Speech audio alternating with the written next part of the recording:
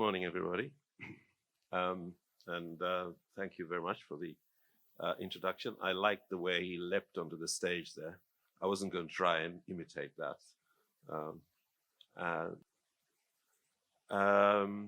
The introduction there said that, by Professor Shamsad, said that in the inaugural comments I made at the festival, the Dhaka festival, that I'm looking forward to finding out some more about Bangladesh and particularly about Dhaka. Well, it was such a busy time, I can tell you, at the festival. They made us work very hard, and I'm not sure if I made very much progress in that project of finding out a great deal about Bangladesh, of course, except what I see as we move from one place to another. But I felt the enthusiasm and the welcome and the reception, not only for me, of course, but for the other writers and other events, and that was impressive. Just the large numbers of people who came, and their, well, as I said, their enthusiasm and their involvement in what was going on. So to continue, I like that idea that the kind of like afterthoughts from the conversation at the festival. Of course, when I was asked, or invited rather, should I say, to speak to you, as always happens, when you agree to do a talk or a lecture, then people say, whoever it is that's inviting you says, what is going to be your subject? And very often this is a kind of a crisis moment, because you probably haven't really you haven't got a talk in mind, but people want you to give it a title. So I was actually thinking, so that's my title. And then so it's a wrong way around, you see. So then you've got a title, and then you think, well, what did I mean by that title? And so how do I talk to it? How do I talk to a title? I think what I had in mind at the time was the way memory functions for a writer. But I wasn't sure if I really wanted to talk about that. So I used that somewhat more open word, hinterland, to suggest something like, what is it that lies behind the writer's economy, if you like, speaking, of course, only of my experience. When I say economy, imagine that the writer is like a small city. The people who live in the city very often don't actually produce very much, at least not very much food anyway, and probably not very much of the primary things that go on to be manufactured into other things. It's people who are around the city, in the country, the farmers, whoever, the people who dig up clay for the potter and that kind of thing. So that's the hinterland that I had in mind. What is it that happens behind the product that then becomes the piece of writing that is then given to you as readers, or to us, should I say, as readers? So that's what I meant when I said that I was thinking of memory. What function does that play in the way that a writer works? When I say a writer, I really mean me, because I can't, speak of other people's experience. But so I'm not trying to generalize my sense of how it plays. So read it like that. Read it that I'm really talking about how writing works for me, rather than I'm speaking in a general way. I will probably do so as I go along, but to begin with, I'm going to think about memory. So memory is deceptive. Well, you all know that. Memory is deceptive. Sometimes you're not sure if you're remembering things correctly. You often miss important details. How many times have you been speaking to somebody who perhaps shares the event that you're remembering, and you say, this is what happened and that is what happened. They say, but don't you remember also there is something you've forgotten, and this other person reminds you of that. I have a brother who's more or less the same age as me, a year between us, We've always lived in the same, not always, when we were younger, of course. We always shared a room.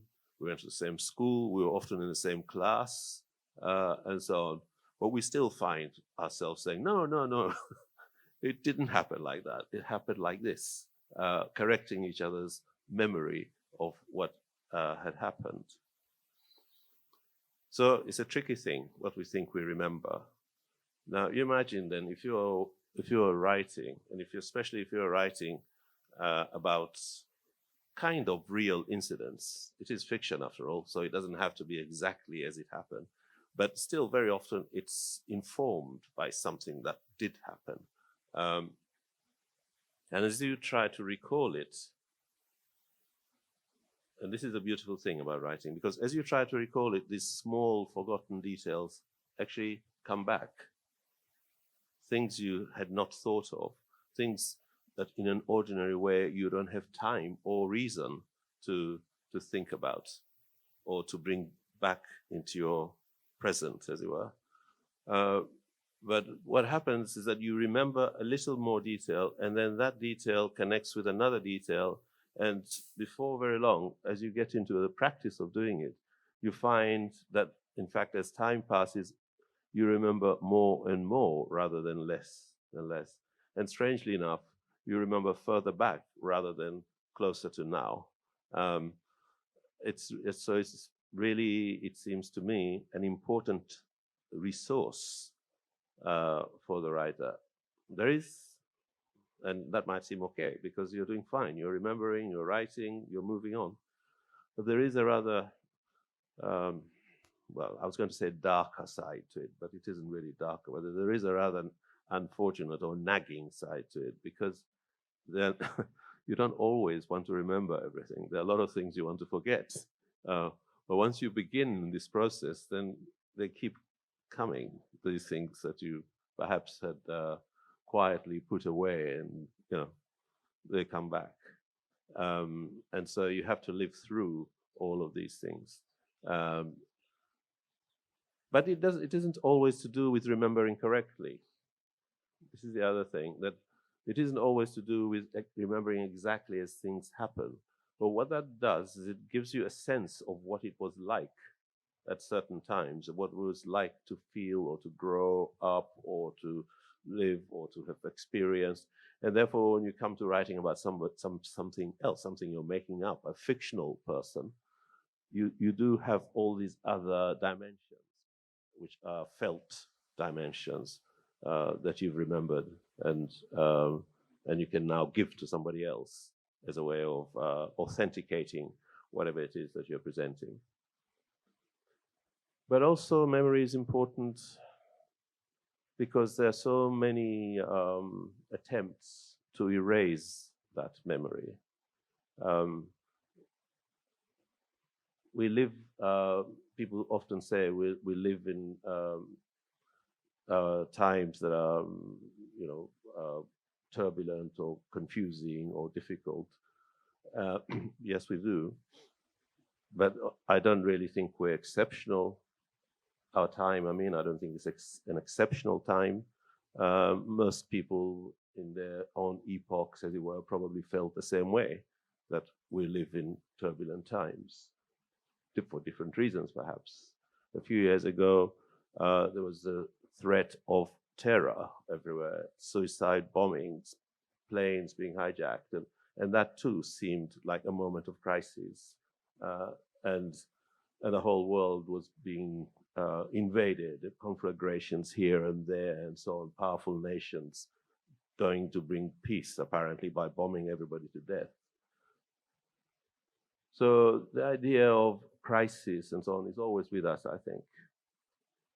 And the other thing that happens in crisis is that those who rule, governments and so on, are become both authoritarian, more authoritarian, because these are crisis times, and this gives them the license to take unusual measures, and also in the process to rewrite what had happened in order to make it more suitable. Governments are always doing this, and also perhaps powerful forces within nations are always doing this, wanting to reshape and rewrite and change the story, as it were, so that it fits whatever the agenda is that they have in mind. And I think this is where the writer and his little memory plays a part and says, no, this is not how it was. It was like this. And so those remembered moments, or those remembered apprehensions, understandings, become a way also of resisting shall we say, the revision of the story, or the revision of the narrative of both our times and indeed of the times before us, of historical moments. Of course, you can also take the big moments in this respect. You can take the way, for example, European colonialism was narrated, how it was told. So I'm talking in particular of how the European colonialism of various African nations. Colonialism is not the same for everybody. It didn't happen in the same way for everybody. It happened here in this subcontinent in quite a different way from the way it happened, say, in South Africa or in North America or in our part of the world. But nonetheless, there is a consistent underlying idea in the way that it narrates, the way European colonialism narrates itself to itself, which is to a large degree self-aggrandizing, or at the very least self-forgiving. We did this and we did that, and the other things that were done, the ugly and cruel things that were done, the hubristic and the ideas of superiority, those are not spoken about, or rather they're not emphasized. On our part, on the part of say somebody like myself, I very much want to emphasize those as the kind of the what drove colonial cruelty was a belief in superiority of one over the other. So those are not quite as human as we are, etc. I only give that as an example. I'm not really talking about colonialism in depth, but saying this is one of the ways in which that idea of memory then is important. You remember not only for yourself, you remember not only the personal histories of things you went through, but those also relate to the history of people and of larger societies. And so, but the memory is also shared. So I don't just remember for myself. I also remember what people told me, what my parents told me, what elders told me when I was a child. I also remember what I hear now. So the writer then becomes a kind of a confluence of all of these narrations, narratives, remembered fragments, and so on. And of course, the writer also has his own mind and his own intelligence and his own eyes and ears, etc., and can see and make up his own mind. But all of these things come together and produce a little book. And out of that, now I'm turning myself around, now I'm a reader, so that we as readers then, when we receive a work of writing, work of literature, what happens? Well, a variety of things. The first thing that happens that we look for, I think, is an imprecise kind of pleasure. So we look to be pleased and somehow delighted, not in the way that you would if you saw something funny, not in the way that you would if you saw beautiful young women or men dancing, but perhaps for something quieter than that, because usually we read on our own, although I guess sometimes we might be listening to a reader, but usually we read on our own. So we're on our own, and what we look for, I think, in the first place is that, is this engaging me? Is this pleasing me? I mean, in that sense, I don't mean pleasing in the simple sense of it gives me pleasure in a simple sense, but in a profound sense. in the same way that music does, for example. So we don't listen to it and say, ah, although sometimes we might, but we listen to it and something works that engages and that keeps you listening or keeps you reading in the first place. Now, it could also be that as we read, we think, yes, I know that. I know this. This is something I know, and I agree with this. So we read something and we recognize something that we have already ourselves arrived at. Or it could be that we haven't arrived at that, and we read something and we think, yeah, that's really interesting. I hadn't thought of it like that. And so it illuminates our understanding. It increases our understanding of familiar things.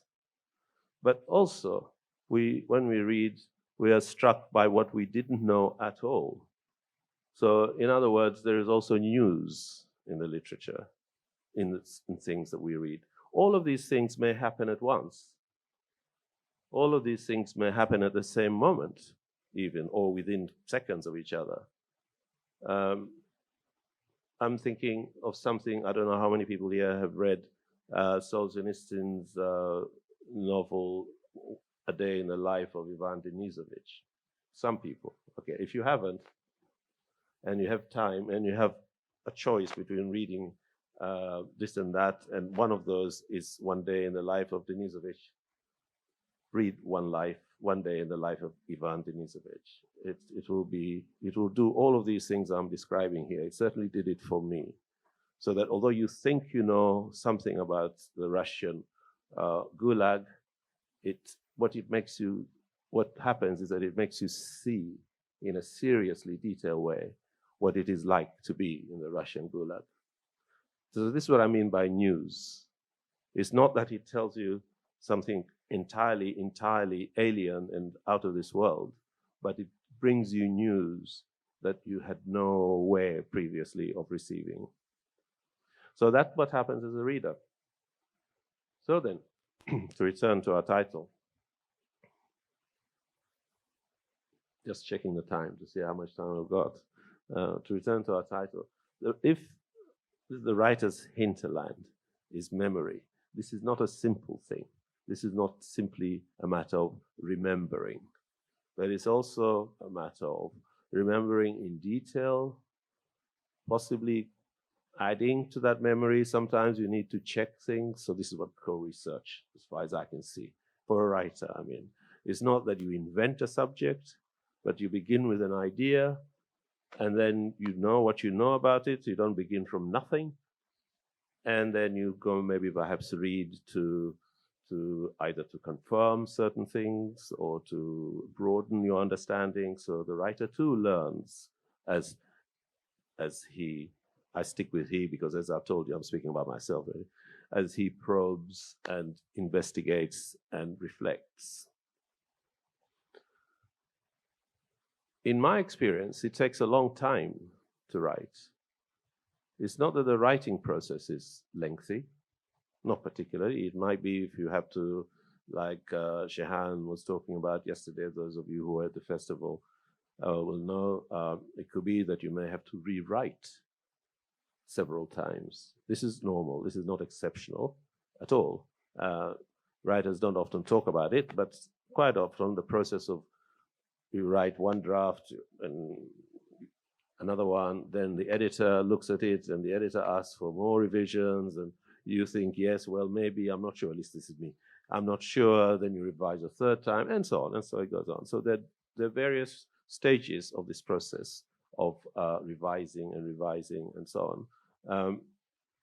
And then the thing is ready and the process goes on. A lot of people are involved, a lot of time is involved, a lot of thinking is involved. The greatest thinking is actually before, I think, for me anyway, before I begin to write. The lengthiest period is before I begin to write. It might take 3 or 4 years sometimes before I begin to write. I think my novel Paradise was published in 1994.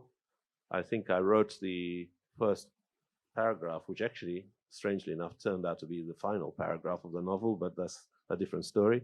But I wrote that in 1984, so it's 10 years.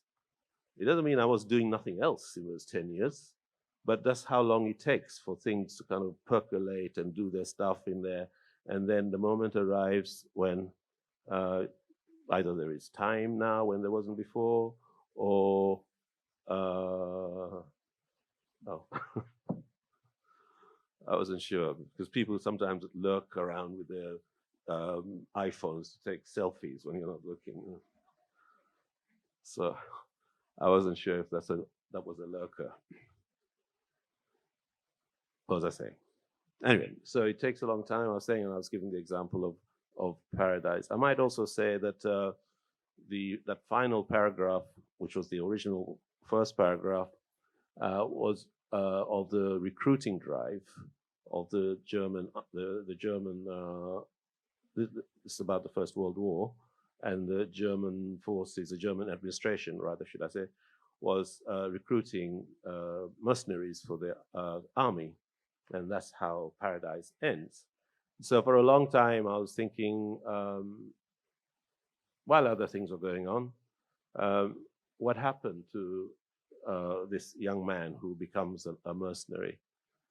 And it took me until 2018 to actually get around to writing it. And the writing it is that book there, the cover is there, Afterlives. So it takes a long time. And during this time, what are the processes? They are what I have described, of remembering, of researching, of accumulating, and then beginning to write. And then even then, it's not over, because as you write, then other things come up. So as you do that research thing that I mentioned, is discover things you hadn't thought of before. And so it goes on. And then when you finish, you think, have I done it right? Have I done it right? Or is this the subject of the next one? And so it goes on.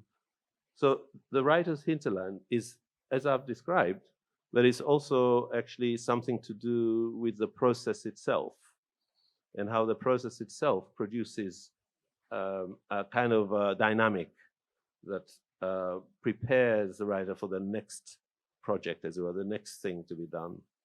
It's never ending, I tell you.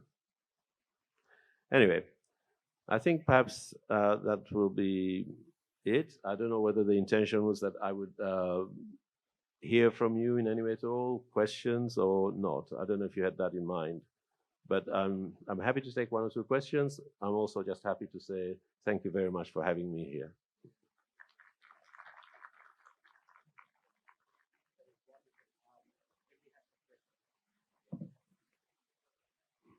Don't feel you have to. It's just two questions. There's somebody here. Sorry. You have chosen this word hinterland, which I think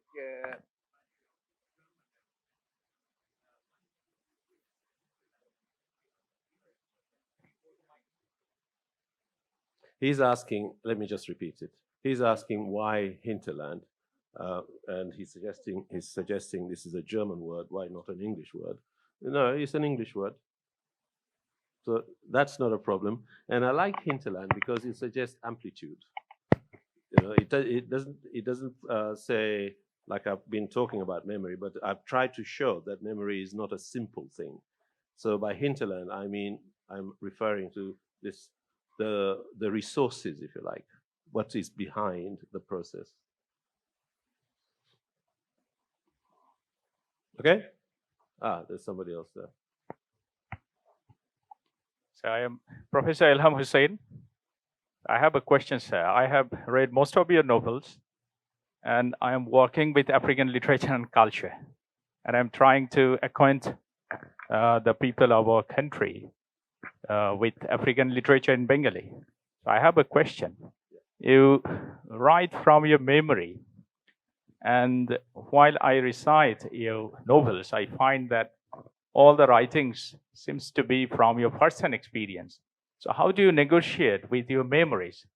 Though we know from Salman Rushdie that homeland goes into memory, while it goes into memory, it turns into a shadow. But your recollections in the novels seem to be very, very dynamic and close to life. So how do you negotiate with your memory and make it dynamic in your writing? Thank you, sir. Well, I don't want to disagree with you, but they're not, the events in the novels are not really close to my experience in that way that you describe.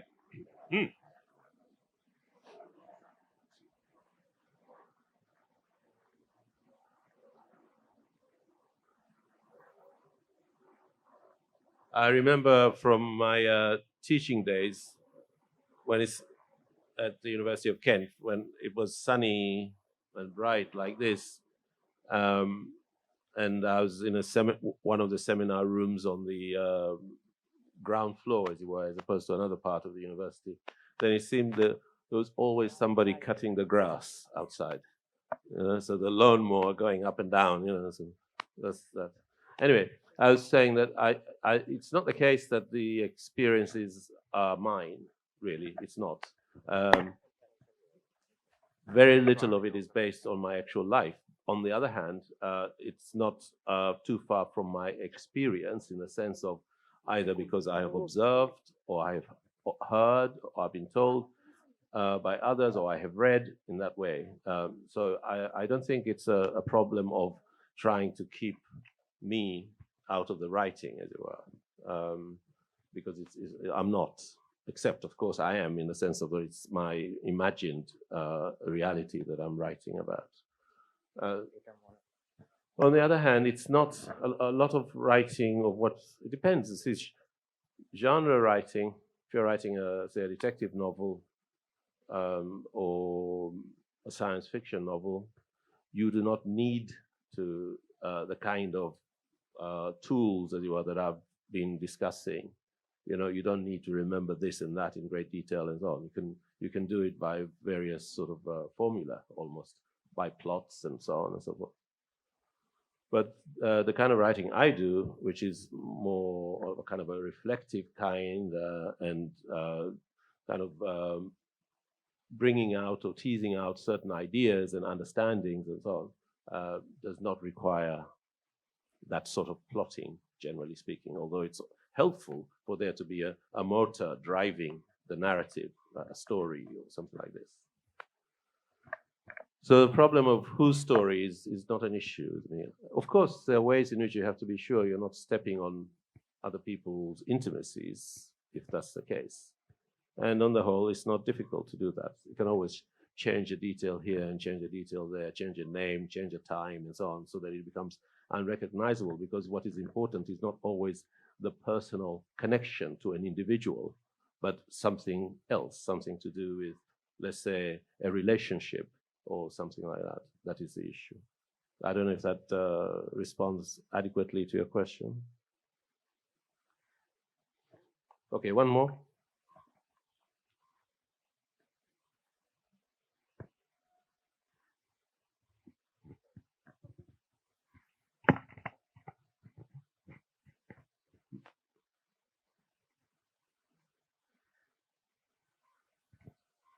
There are a number of writers and more aspiring writers in the audience, and I'm sure they would like to hear something about your work habits, from the hinterland to the actual business of writing. Okay. You mean what happens every day kind of thing, yeah? Well, of course, I haven't written a thing for a year or so. Ever since the Swedish Academy honored me with this award, I've mostly been talking or writing emails. But if I'm living a normal life, or when I was living a normal life, and I was writing, so what I would do is I would be probably about 8 o'clock in the morning. I would begin. I'll be at my desk, and I would stay there for as long as I can. That depends. Usually that would certainly by around about mid-afternoon, I would be exhausted or the mind is tired. But it also depends on how things are going. Sometimes when things are going well, you can stay there and keep writing. When things are not going well, there might be match, a cricket match going on the, so you might switch to the internet and just have a look to see what's going on. But generally speaking, it would be that I would stay for most of the day at the desk. And then at a certain moment, I usually stop for the day when I reach somewhere where I know what's happening next. So I know what the next day's work, really. What am I going to do tomorrow? So you get to a certain point, instead of rushing in, I think, okay, that's a good place to stop, because I know when I come back tomorrow, and what I usually do is when I come back the next day is I will revise the previous day's work first for the first 2-3 hours, depending on how that goes. And then I arrive once again to the place where I was yesterday and then go forward. And that's how it goes, day after day like that, till the job's done. All right, I think we can call it a day there. Thank you very much indeed for being so patient.